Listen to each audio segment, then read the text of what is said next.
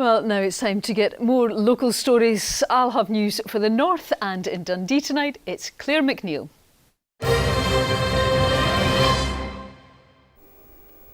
Good evening. A second man has been arrested in connection with a series of armed robberies which took place in Dundee earlier this week. Staff at 2 bookmakers and a Scot mid reported being threatened with a knife and ordered to hand over cash on Sunday night. A 37-year-old man was charged earlier this week and a 46-year-old has now been charged as well. Both are expected to appear at Dundee Sheriff Court tomorrow. Concern is growing for a Fife teenager who was last seen in the early hours of this morning. 15-year-old Abby Dunn from Anstruther was last seen in West Pitcorthy at around 1 a.m. Police say there's serious concern for her well-being and are urging anyone who has seen Abby to come forward. A rare copy of the first ever Beano Annual is expected to fetch up to £1,500 when it's auctioned off later this year. The 1940 Beano book was published around the outbreak of World War II and was the first of 79 annuals from Dundee publisher D.C. Thomson. It doesn't include Dennis the Menace or Nashar as they were introduced later, but is expected to generate interest from collectors around the world. Campaigners in the East Neuk of Fife have succeeded in their bid to stop a popular public park being turned into a care home. Fife Health and Social Care Partnership has just announced it will no longer go ahead with its plans at Banky Park in Anstruther. The group had claimed that the green space should be protected and other locations were more suitable for the replacement of Lady Walk House Care Home. I think it's certainly a case of power to the people. I think it's a case of people making their views known to the council. And to be fair to the council, it's about the council thinking about that, reflecting upon it and changing their mind after they've listened. And I think that's important. But today, I think the local campaigners have done a fantastic job and deserve full credit. The Dundee Drugs Commission held its latest meeting today in a bid to tackle the rising number of drug-related deaths in the city. The committee heard evidence from a range of health professionals who work with addicts in support and medical services in Tayside.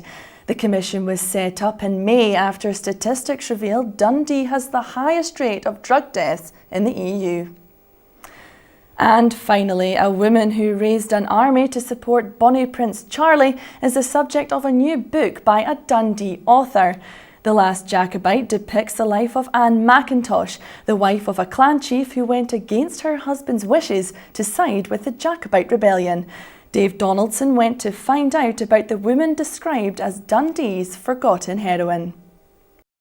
This is Anne McIntosh, who risked her life to fight for her country and what she believed in. Her clan chief husband Angus refused to take his men into battle against the English in 1745, so she raised an army of 500 troops to support Bonnie Prince Charlie while he was retreating from the Redcoats. Anne gets involved when the army, when she perceives the prince to be losing the war. That's when she gets involved. So that's again a very brave thing to do, you know. It's very easy to join the winning side, you know, but she joins the losing side.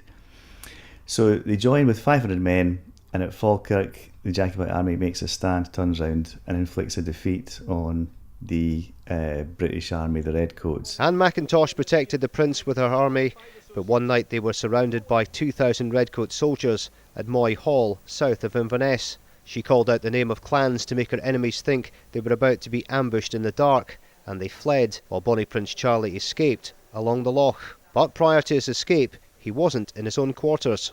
So they go and bang on Prince Charlie's door to say to him, you have to get out of here now. So they're banging on his door, they're not getting an answer. The prince was not in his bedchamber. Now, where was he?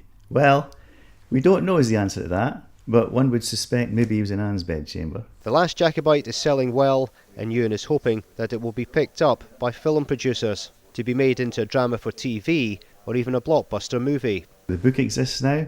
I think we just get it out there and hopefully Hollywood producers will pick it up. That's not something I'm completely in control over, you know, but that's the hope that you know, a filmmaker will look at this and think, there's a great film here.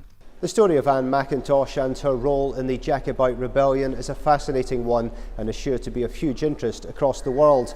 And given the success of Braveheart, it could end up becoming the stuff of Hollywood legend. Dave Donaldson, STV News, Dundee. Well, those were your local stories in Tayside. If you've got a story you think we should know about, you can contact us through Facebook or Twitter.